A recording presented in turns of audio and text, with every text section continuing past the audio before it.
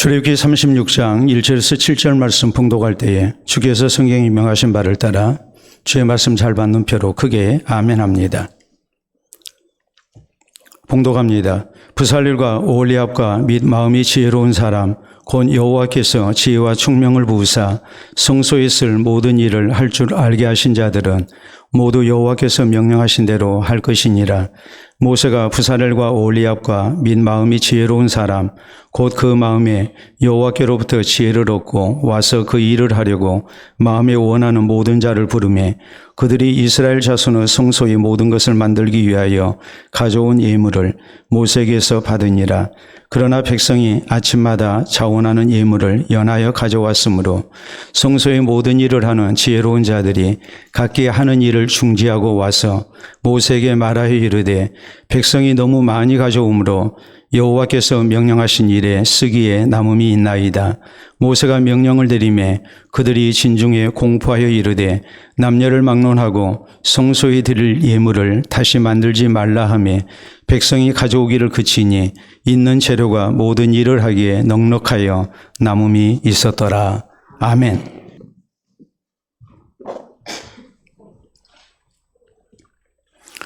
우리나라 조세연구원 조사에 의하면 세금을 낼 때에 어떤 생각이 듭니까? 라고 물었을 때에 기꺼이 낸다고 대답한 사람은 32%였습니다.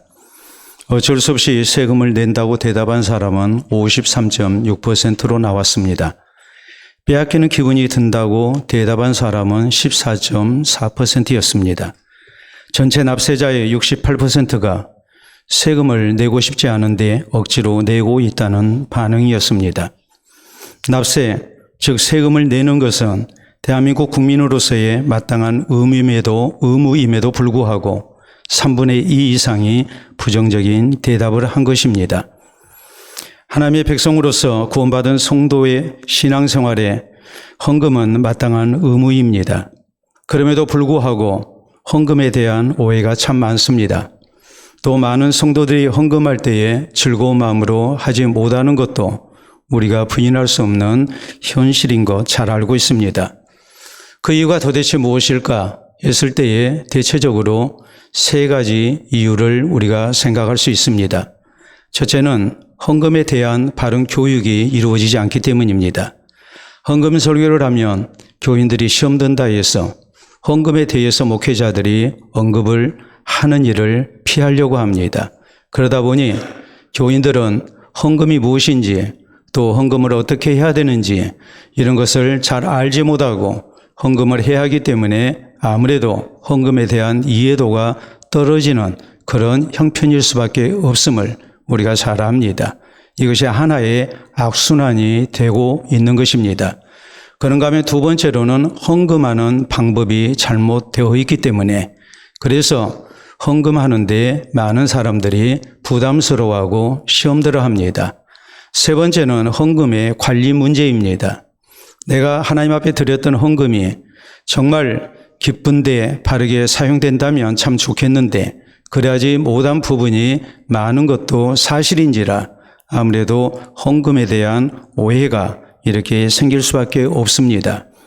그러므로 저는 목회자로서 1년 한 차례 11월 둘째 주일에는 항상 헌금에 대하여 설교해 왔습니다. 왜냐하면 성도로서 바른 헌금 생활에 대하여 배우고 또 바른 헌금 생활을 힘쓰는 것은 우리의 신앙생활에 있어서 매우 중요하기 때문입니다. 오늘 본문 성경은 하나님께서 애굽에서 노예 생활하던 이스라엘 백성들을 구원해내시고 성소를 건축해 하신 내용을 전합니다. 성소, 다시 말해서 성막은 하나님의 임재의 상징이었습니다. 눈에 보이지 않는 하나님께서 늘 이스라엘 백성들과 함께하고 계시고 또 저희를 보호하시고 선한 길로 인도하시고 또 도와주고 계심을 확신케 하는 증거물이었습니다. 또 하나님께서는 이 성막에서 드려지는 제사를 받아주시고 이스라엘 백성들을 만나주셨고 또 저희가 하나님 앞에 드리는 기도에 응답해 주셨습니다. 그러므로 성막은 이스라엘 백성들이 하나님을 섬기는 데 있어서 대단히 중요한 하나님의 임재의 상징이었음을 우리가 충분히 알 수 있습니다. 그렇기 때문에 오늘 본문 1절에 보면 하나님은 이 중요한 성막 건축을 위한 책임자로 부사렐과 오홀리압을 세우십니다. 그리고 재능 있는 사람들이 이들을 도와서 성막을 건축하게 하십니다. 그리고 2절 이하에 보면 이스라엘 백성의 지도자인 모세는 백성들이 가져온 예물을 이들에게 주어서 성막을 건축하게 합니다. 그러므로 사랑하는 성도 여러분, 우리 모두 본문 성경을 통해서 이스라엘 백성들이 어떤 신앙 자세로 성막 건축을 위한 예물을 드렸는지 살펴봐야 됩니다. 그래서 우리 성도도 바른 신앙 자세로 헌금하는 가운데 하나님 나라 사역을 위해서 아름답게 쓰임 받아야 될 것입니다. 그러면 우리 성도는 어떤 신앙 자세로 헌금해야 됩니까? 이스라엘 백성들은 어떤 신앙 자세로 성소에 예물을 드리고 성막을 건축하는 데 있어서 쓰임을 받았습니까?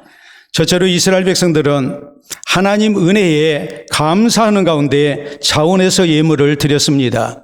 2절에 보면 모세가 부살렐과 오홀리압 및 마음이 지혜로운 사람 곧 그 마음에 여호와께로부터 지혜를 얻고 와서 그 일을 하려고 마음에 원하는 모든 자를 부르매라고 성경은 말씀합니다.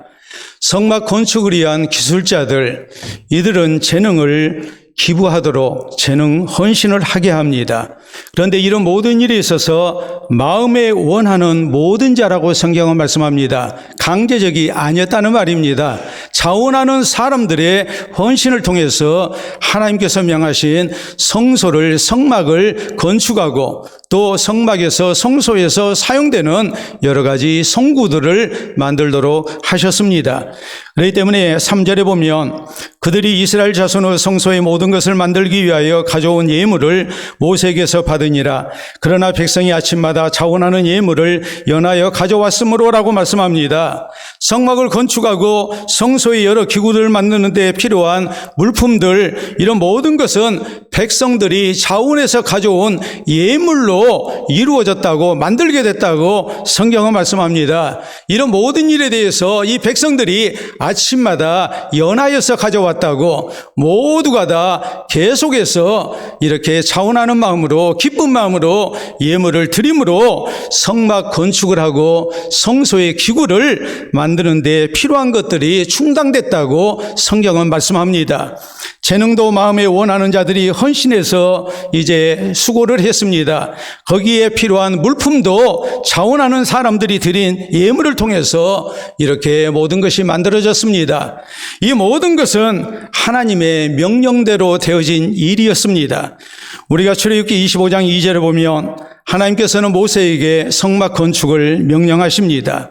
그때 성경에 기록된 내용을 보면 이스라엘 자손에게 명령하여 내게 예물을 가져오라 하고 기쁜 마음으로 내는 자가 내게 바치는 모든 것을 받을지니라라고 말씀하셔서 기쁜 마음으로 내는 것만 받으라고 하나님께서 분명하게 거기에 조건을 말씀하십니다. 그러므로 모세는 출애굽기 35장 2절에 백성들에게 이 하나님의 말씀을 전하면서 무엇보다도 이 사실을 분명하게 강조합니다. 마음에 원하는 자는 하나님께 예물을 드리도록 하라고 강조합니다. 이 하나님의 말씀이, 이 하나님의 명령이 교훈하시는 내용이 무엇이겠습니까? 우리 하나님께서는 이스라엘 백성들이 억지로 하나님을 섬기는 것을 원치 않으셨다는 것을 말씀합니다. 그보다는 이 애굽의 노예 생활 가운데서 구원해 주신 하나님 은혜에 대한 감사 속에 또 하나님께서 우리 가운데 필요한 모든 것을 공급해 주시는 이런 하나님의 아름다운 은혜에 대한 감사 속에 자원하는 마음으로 하나님 앞에 헌신될 것을 하나님께서는 요구하신 것입니다. 그러므로 이스라엘 백성들은 이런 하나님의 뜻을 따라서 하나님 은혜에 감사하면서 기쁜 마음으로 자원해서 성막 건축에 참여했습니다.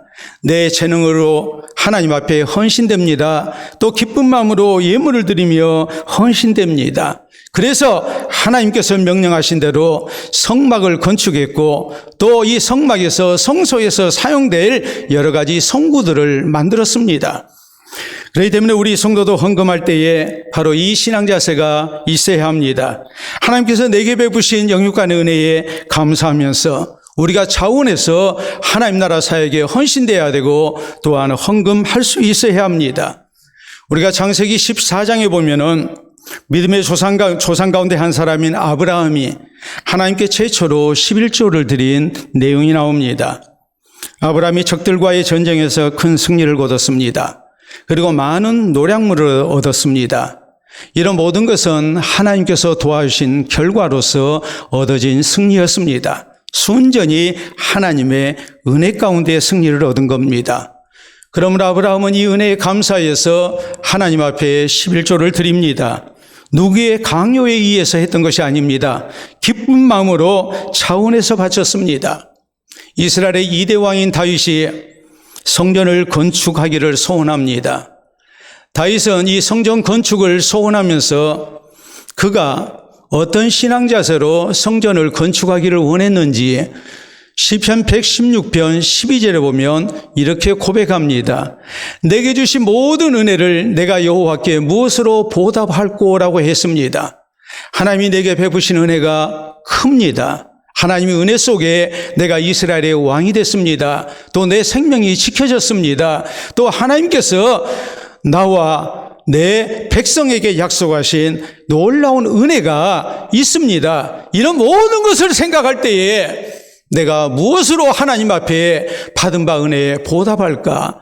이 고민 가운데 그는 성전을 건축하기를 소원했음을 고백합니다. 남아메리카의 볼리비아와 페루 국경 지역에 티티카카 호수가 있습니다. 해발 3,812m에 위치하고 있는 호수입니다. 우등산보다도 3배 반 이상 높이, 그리고 백두산보다도 1배 반 가까운 높이에 있는 호수입니다.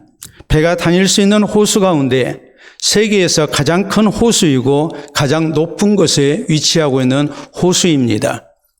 이 호수가 얼마나 큰지 면적이 8,300평방킬로미터에 해당됩니다. 우리가 이렇게 얘기해서는 이것이 얼마나 큰지 짐작이 안 갑니다. 호수 최대 길이가 190km입니다. 광주에서 대전까지가 대략 170여 킬로니까 그보다도 훨씬 더 크죠. 폭은 광주에서 무안까지가 60여 킬로 되는데 64킬로나 됩니다. 그러니까 우리가 이 티티카카 호수가 얼마나 큰지 대충 짐작이 갈 거라고 생각합니다. 더구나 평균 수심이 약 280m에 이릅니다. 호수 건너편이 보이지 않습니다. 그러므로 바다라고 착각하기가 쉽습니다. 이 티티카카 호수 주변에 사는 사람들이 약 300만 명 됩니다. 이 사람들은 호수에 사는 숭어를 잡아서 생활합니다. 그런데 이 사람들 죽으면 땅에다가 묻지 않습니다. 호수에 수장합니다. 그래서 숭어밥이 되게 합니다. 그 이유가 무엇이겠습니까? 자연이 내게 베푼 은혜, 호수가 가져다 준 이런 은혜에 보답하기 위해서입니다. 충분히 육지에 매장할 수 있지만 그렇게 하지 않고 이 호수에 수장을 하는 겁니다. 사랑하는 성도 여러분, 성경은 고린도서 9장 5절에 우리에게 분명히 헌금에 대하여 말씀하시기를 미리 준비해서 헌금해야 억지가 아니고 참 헌금이라고 말씀합니다. 하나님께서 내게 베푸신 은혜를 생각하면서 그 은혜에 감사해서 우리가 하나님 앞에 드리는 헌금, 미리 구별해서 하나님 앞에 바치는 헌금이 하나님을 향한 진짜 헌금이라고 말씀합니다. 뿐만 아니라 고린도서 9장 7절에 보면 인색함으로나 억지로 헌금하지 말지니 하나님은 즐겨 내는 자를 사랑하시느니라라고 말씀하셔서 우리가 하나님께서 내게 베푸신 영육간의 은혜를 기억하고 이것을 헤아리면서 하나님 앞에 진실된 모습에 자원하는 감사의 기쁨의 헌금을 해야 함을 성경은 우리에게 강조합니다. 그러므로 우리 성도는 하나님께서 내게 베푸신 영육간 은혜를 기억하며 기쁜 마음으로 자원해서 헌금해야 합니다. 예수 그리스도를 통해서 구원받은 은혜에 우리의 모든 죄가 용서받고 하나님의 자녀가 된 것, 여기에 감사해야 합니다. 하나님의 자녀된 나와 함께 하시는 하나님의 은혜를 기억하며 또 내 모든 삶 속에 하나님께서 도와주셔서 소득을 얻게 하신 것에 대해서 우리가 감사하며 즐거이 드리는 예물이 되어야 됩니다. 그래서 하나님께서 기쁘게 받아주시고 또 더욱 사랑하시고 복 주시는 우리의 헌금이 될 수 있기를 바랍니다. 둘째로 이스라엘 백성은 모든 백성이 함께 예물을 드렸습니다. 3절에 보면 그들이 이스라엘 자손의 성소의 모든 것을 만들기 위하여 가져온 예물을 모세에게서 받으니라. 그러나 백성이 아침마다 자원하는 예물을 연하여 가져왔으므로라고 말씀합니다. 한 사람이 아침마다 가져왔다는 말이 아닙니다. 몇몇 사람이 아침마다 예물을 가져왔다는 말이 아닙니다. 많은 백성들이 연이어서 아침마다 자원하는 예물을 가져와서 하나님 앞에 쓰임받기를 원했습니다. 그러므로 4절로 5절에 보면 성소의 모든 일을 하는 지혜로운 자들이 각기 하는 일을 중지하고 와서 모세에게 말하여 이르되 백성이 너무 많이 가져오므로 여호와께서 명령하신 일에 쓰기에 남음이 있나이다라고 말합니다. 많은 백성들이 예물을 가져왔기 때문에 충분히 쓰고도 남을 정도가 됐다고, 이렇게 그만 가져와도 된다고 기술자들이 말을 합니다. 그러므로 6절로 7절에 보면 모세가 명령을 내리며 그들이 신중에 공파에 이르되 남녀를 막론하고 성소에 드릴 예물을 다시 만들지 말라 하며 백성이 가져오기를 그치니 있는 재료가 모든 일을 하기에 넉넉하여 남음이 있었더라라고 말씀합니다. 이 사실을 통해서 우리가 분명히 알 수 있는 것이 무엇입니까? 당시 성막 건축에 예물 드린 백성의 수는 상당히 많은 수였다는 것을 분명히 알 수 있습니다. 남녀를 가리지 아니하고 많은 성도들이 여기에 동참했습니다. 몇몇 사람들이 한 게 아닙니다. 지도자들만 쓰임받았던 게 아닙니다. 남녀노소를 가리지 아니하고 모든 백성들이 기쁜 마음으로 자신의 최선을 다해서 성소에 예물을 드렸습니다. 그러므로 일을 시작한 지 얼마 안 되어서 이제 그만 가져와도 된다고 말할 수 있었던 것입니다. 마찬가지입니다. 오늘 구원받은 성도로서 하나님의 교회에 함께 부르심받은 우리 모든 성도들도 모두가 함께 하나님 나라 사역에 쓰임받아야 됩니다.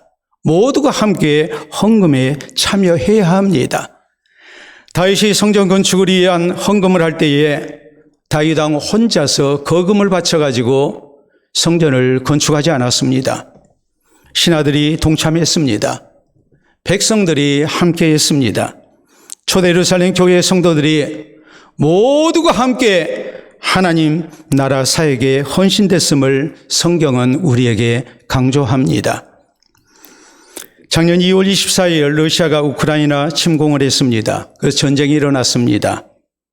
세계 군사력 순위를 놓고 볼 때에 러시아는 미국에 이은 2위입니다. 그리고 우크라이나는 25위입니다. 정규군을 놓고 볼 때 러시아는 90만 명에 이르고 우크라이나는 20만 명밖에 되지 않습니다. 장비 면에서 우리가 살필 때에 러시아가 압도적으로 우세합니다. 그러므로 러시아가 우크라이나를 침공했을 때에 러시아의 일방적 승리로 끝날 거라고 모두가 추측했습니다. 그러나 지금까지 21개월이 지났지만 전쟁은 끝나지 않고 있습니다. 거기에는 크게 두 가지 이유가 있다고 판단됩니다. 먼저는 미국과 유럽이 우크라이나의 무기와 장비를 지원하고 있기 때문입니다. 그래서 미국과 유럽 국가들, 나토 국가가 소련의 이 러시아의 힘을 빼기 위해서, 그래서 우크라이나를 통해서 대리 전쟁을 하고 있다는 추측이 나올 정도로 뒤에서 굉장한 지원을 하고 있기 때문에 그 지원을 힘입어서 지금까지 버티고 있다고 판단할 수 있습니다. 또 하나 중요한 이유가 있습니다. 그것은 우크라이나 국민들의 항전 의지 때문입니다. 유럽에 거주하고 있는 우크라이나 남자들이 14만 명이나 귀국해서 군에 자원 입대했습니다. 여성들은 자원에서 무기를 들고 전쟁터로 나갔습니다. 그러나 러시아는 많은 사람들이 국외 탈출을 감행하고 있고 또 탈영병들이 속출하고 있다는 보도가 끊이지 않고 있는 상태입니다. 이런 것을 볼 때에 국민 모두가 한마음 한뜻해서 나라를 지키는 것이 얼마나 소중한가를 우리가 충분히 짐작할 수 있습니다. 하나님의 교회도 마찬가지입니다. 우리 교회는 지금까지 많은 성도들의 헌신 가운데 여기까지 왔습니다. 각기 재능을 따라서 또 직분을 따라서 많은 성도들이 헌신해 왔습니다. 모두가 함께 헌금했습니다. 청년들을 취업하면 11조 드리는 것을 당연하게 여기고 있습니다. 노년에는 성도들이 용돈을 전략하며 하나님 앞에 11조를 드립니다. 해외에 파견된 성도가 꼬박꼬박 11조를 드리고 감상금을 드리고 나눔과 선교 헌금에 동참합니다. 우리 교회 출신으로서 객지에서 직장 생활하는 청년들이 모교를 잊지 않고 꼬박꼬박 11조를 드리고 있습니다. 뿐만 아니라 형편 어려운 성도들도 최선을 다해서 헌신한 결과 오늘 우리 교회가 여기까지 오고 있다는 것을 왔음을 우리가 기억해야 합니다. 우리가 하나 돼서 모두가 함께 헌신된 것이 얼마나 중요한지 우리가 CF 광고 멘트를 통해서 확인해 보도록 합니다. 여러분 아시다시피 보시게 되면 우리나라가 낳은 세계적인 축구선수 손흥민 선수가 나와 있습니다. 하나금융그룹에 대한 광고에 출연했는데 좀 더 확대해서 우리가 보도록 합니다. 함께가 힘이다. 하나가 힘이다. 하나금융그룹은 믿습니다. 혼자가 아닌 함께의 힘을 각자가 아닌 하나 된 힘을이라는 멘트입니다. 그렇지 않습니까? 우리가 함께 하나가 됐을 때에 나 혼자서 할 수 없는 큰 일을 우리가 충분히 감당할 수 있는 것 아니겠습니까? 사랑하는 성도 여러분, 앞으로도 우리 모두 이런 모습으로 하나님께 헌신되고 하나님의 교회를 섬겨나가야 됩니다. 그래서 이 시대 하나님 나라 사역을 위해서 꼭 필요한 교회에 꼭 필요한 성도로 우리 모두가 함께 쓰임받을 수 있기를 바랍니다. 셋째로 이스라엘 백성들이 하나님께 드려진 예물은 하나님께서 명령하신 대로 사용되었습니다. 1절에 보면 지도자 모세는 재능 있는 일꾼들에게 말합니다. 모두 여호와께서 명령하신 대로 하라고 말합니다. 하나님께서 명령하신 대로 성막과 성소의 기구를 만들라고 강조합니다. 2절에 보면 그 마음에 여호와께로부터 지혜를 얻고 와서 그 일을 하려고 마음에 원하는 모든 자를 불렀다고 성경은 말씀하고 3절에 보면 그들이 이스라엘 자손의 성소의 모든 것을 만들기 위하여 가져온 예물을 모세에게서 받으니라라고 말씀합니다. 하나님께서 명령하신 것을 만들기 위해 예물을 건네받았고 그것으로 하나님께서 명령하신 대로 이것을 사용한 가운데에 성소에서 쓸 모든 것을 만들었다고 성경은 말씀하고 있는 것입니다. 그러므로 5절에 보면 성소의 모든 일을 하는 지혜로운 자들은 모세에게 이렇게 말합니다. 백성이 너무 많이 가져오므로 여호와께서 명령하신 일에 쓰기에 남음이 있나이다라고 말합니다. 다시 말해 모세는 백성들에게 하나님의 명령대로 성막 건축할 것을 또 성소의 기구를 만들 것을 이렇게 위하여 예물을 가져오라고 말을 했습니다. 그러므로 백성들은 하나님께서 명령하신 대로 성소에 쓰기 위해서 예물을 가져옵니다. 성소에 일하는 사람들은 이 예물을 받아서 하나님 명령대로 그것을 사용했습니다. 철저하게 하나님의 명령하신 대로 쓰임받기 위해 예물을 드렸고 또 하나님 명령하신 대로 이것들을 사용했습니다. 마찬가지로 우리가 기억할 일이 바로 이것입니다. 하나님께 드려지는 헌금은 하나님 명령하신 대로 사용되어야 됩니다. 우리가 성경을 볼 때 헌금 사용에 대한 하나님의 명령을 몇 가지로 정리할 수 있습니다. 먼저는 하나님께 예배드려 영광 드리는데 사용될 것을 말씀하십니다. 그래서 이 일을 전담하는 제사장과 레위인들, 다시 말하자면 목회자들이 이 일에 전념할 수 있도록 사용케 하셨습니다. 그런가 하면 우리가 이웃을 사랑하고 영혼을 구원하기 위해서 사용하라고 말씀하십니다. 성도들의 교회 생활을 위해서 저희의 신앙 성숙과 교제를 위해서 사용하라고 말씀하시고 특히 나눔과 섬김을 통해서 또 선교에 힘쓸 것을 성경은 우리에게 가르칩니다. 초대 예루살렘 교회는 하나님께 드려지는 예물을 통해서 하나님을 향한 예배를 드렸고 성도의 교제를 나눴고 이것을 나누면서 이웃을 사랑하고 섬겼습니다. 마게도냐 교회와 안디옥 교회는 흉년된 예루살렘 교회를 위해서 헌금을 했고 이것을 함께 나눕니다. 빌립보 교회는 사도 바울의 선교 사역을 후원하기 위해 헌금을 사용합니다. 그러므로 하나님께 향기로운 제물로 바쳐졌다고 성경은 증거하며 이것은 하나님을 기쁘시게 한 것이라고 강조합니다. 지난 2021년 내전으로 고생하고 있는 미얀마를 위해서 거기서 사역하고 계시는 조은길 선교사님의 요청을 따라 우리가 나눔살 헌금을 했습니다. 수백 명의 미얀마의 배고픈 주민들을 위해서 우리가 함께 쓰임을 받았습니다. 그 전에는 우리가 미얀마의 물을 얻지 못하는 산악 부족들을 위해서 많은 우물을 파는 일에 우리가 또 함께 헌신됐습니다. 많은 성도들이 참여했고 기관이 참여해서 개인적으로 기관에서 많이 참여해서 40여 개, 50개 가까운 우물을 파드렸습니다. 그런데 2년 전 이런 일이 있었습니다. 지금 이 자리에 권사님 계십니다. 우리 최기숙 권사님 계시는데 우리 최 권사님 아시는 동네 지인이 여러 해 전 우리 교회에서 미얀마 우물 파기 사역을 했다는 얘기를 전해 듣고 마음속에 품은 소원이 있었습니다. 나도 이 일에 동참하고 싶다는 거예요.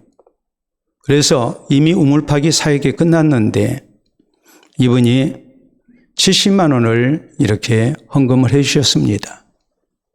이분 교회에 다니시는 분이 아닙니다. 그런데 이분이 이렇게 헌금을 하시고 난 다음에 하셨던 말씀, 그 말씀이 저에게 크게 감동이 되고 위로가 됐습니다. 하나도 아깝지 않습니다. 나 그분이 누군지 모릅니다. 저거 얼굴 동네에서는 마주쳤을지 몰라도 누군지 전혀 모릅니다. 제가 이 말씀에 위로를 받고 힘을 얻었던 이유는 우리가 하나님의 뜻을 따라서 바로 사용할 때에 불신자들의 마음도 감동이 된다는 사실입니다. 아, 교회가 정말 좋은 일 하는구나. 나도 좀 같이 해봐야 되겠다. 우리 교회가 이 지역사회에서 하나님의 선한 사역을 위해 수고하는 교회로 쓰임받고 있다는 것이 인정받는다면 그것이 얼마나 하나님께 영광이 되겠습니까? 우리가 하나님 앞에 헌금하는 일에 우리가 얼마나 힘을 얻을 수 있겠습니까? 저는 그 일을 통해서 굉장히 하나님 앞에 감사했고 또 위로를 얻었습니다. 하나님 나라 사역을 위해서 우리가 나누고 섬기는 것이 결코 헛되지 않았다라는 분명한 증거를 얻을 수 있었기 때문입니다. 하나님께 드리는 헌금이 하나님의 뜻을 따라서 바로 사용될 때에 이것이 하나님께 영광이 되고 모든 사람에게 신령한 기쁨이 된다는 사실을 우리가 생각하면서 우리가 주님 앞에 드리는 헌금이 하나님의 뜻을 따라서 선교와 나눔을 위해서 또 교회의 부흥과 성장을 위해서 우리 신앙의 성숙을 위해서 아름답게 사용되어야 함을 우리가 잊어서는 안 됩니다. 그러므로 사랑하는 성도 여러분, 우리 모두 하나님의 명령하신 대로 기쁜 마음으로 헌금해야 합니다. 또 우리가 하나님께 드리는 헌금이 하나님의 뜻대로 잘 사용되게 해야 합니다. 나눔과 선교를 위해서 더욱 풍성한 교회가 되어야 됩니다. 그래서 하나님 나라 사역에 더욱 귀하게 쓰임을 받고 하나님께 영광을 돌려드리는 우리 모두가 될 수 있기를 바랍니다. 미국의 제28대 윌슨 대통령에 대한 유명한 일을 합니다. 이분이 한 번은 몬타나주 빌링이라는 곳을 방문하게 됐습니다. 그곳에서 간단한 연설을 하게 됐는데 많은 환영 인파가 몰려들었습니다. 이때 소년 2명이 대통령이 연설하는 바로 앞까지 나왔습니다. 한 소년은 손에 들고 흔들었던 작은 국기, 성조기를 대통령에게 건넸습니다. 이걸 대통령 부인이 대신 받았습니다. 다른 소년은 자신도 대통령에게 무언가를 드리고 싶었는데 그의 손에는 송조기가 없었습니다. 그는 호주머니를 뒤져서 무언가를 대통령에게 전했습니다. 대통령이 이 소년에게 건네받았던 것은 10센트짜리 동전이었습니다. 우리로 말하자면 100원짜리, 500원짜리 동전 하나라는 얘기죠.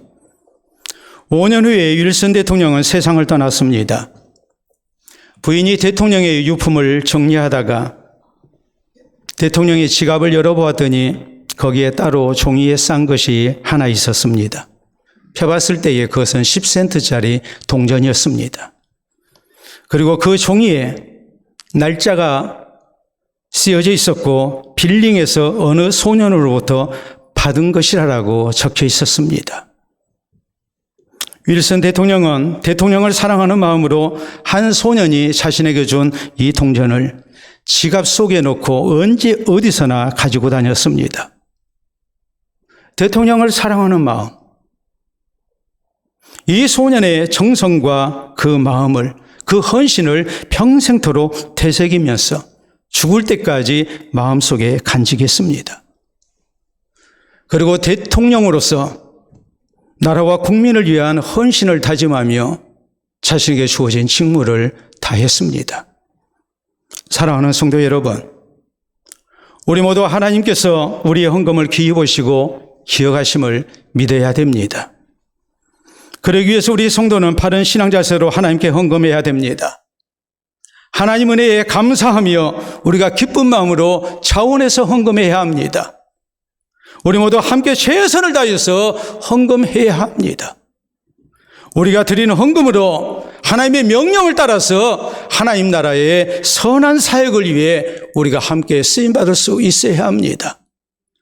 그래서 하나님께서 기뻐하시고 기억해 주시는 우리의 헌금이 될 수 있기를, 또 우리 교회가 하나님 나라 사역에 이후로도 더 힘있게 쓰임받는 교회되는 은혜가 충만하시기를 우리 주님의 이름으로 축원합니다. 우리 함께 기도합니다. 오늘 내가 하나님 앞에 드리는 헌금에 대해서 다시 한번 돌아보십시오. 습관적으로 의무적으로 하는 헌금이 아니라, 마지못해 억지로 하는 헌금이 아니라, 나를 구원하신 하나님 은혜에 감사하며 내 삶 속에 함께 하신 하나님 은혜를 기억하며 하나님 나라 사역을 위해 하나님의 동역자 되어 나도 아름답게 쓰임받겠습니다라는 차원하는 기쁨 속에 드려지는 헌금인지 다시 한번 살피시기를 바랍니다. 내가 하나님 앞에 드렸던 헌금 나는 기억하지 못해도 하나님은 다 기억하심을 기억하고, 많든지 적든지 나의 최선을 다해서 하나님 나라 사역을 위해 헌금하고, 이런 일을 통해서 하나님의 기쁘신 뜻을 이루어드리는 성도, 교회에 세워나가는 우리 모두가 될 것을 기도로 다짐할 수 있기를 바랍니다.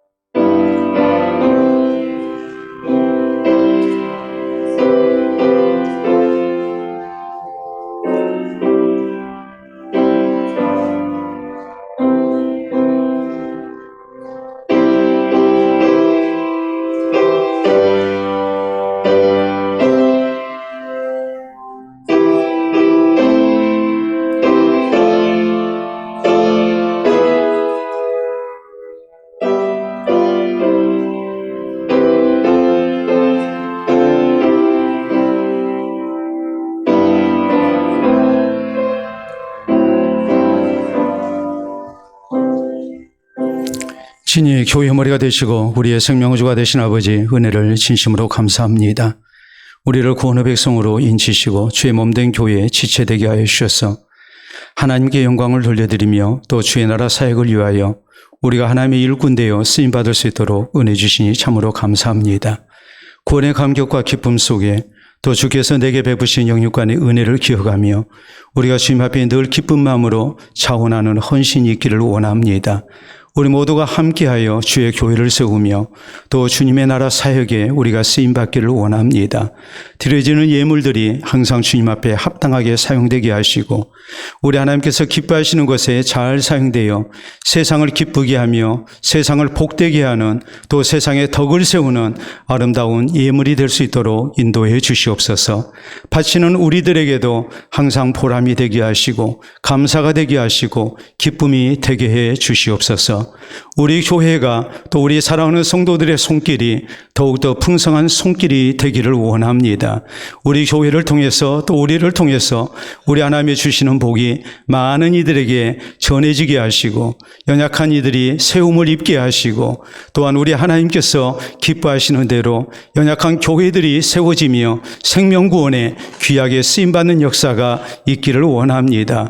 멀리 선교지에서까지 우리 하나님의 놀라운 사랑이 증거되게 하시고 많은 영혼이 구원 얻어 우리가 하나님께 영광을 돌려드릴 수 있도록 인도해 주시옵기를 원합니다. 우리 사랑하는 성도들 헌금할 때마다 헌금하는 감격과 기쁨이 있게 하시고 헌금할 때마다 하나님 앞에 쓰임받은 보람이 있게 하시고 헌금할 때마다 하나님께서 기억하시고 또 저희의 처지와 형편을 따라 가장 좋은 곳으로 채워주시는 아름다운 주의 복이 있게 하시고 하나님 나라의 상급이 더욱 많아지게 하여 주시옵소서. 감사하오며 예수님 이름으로 기도하옵나이다. 아멘.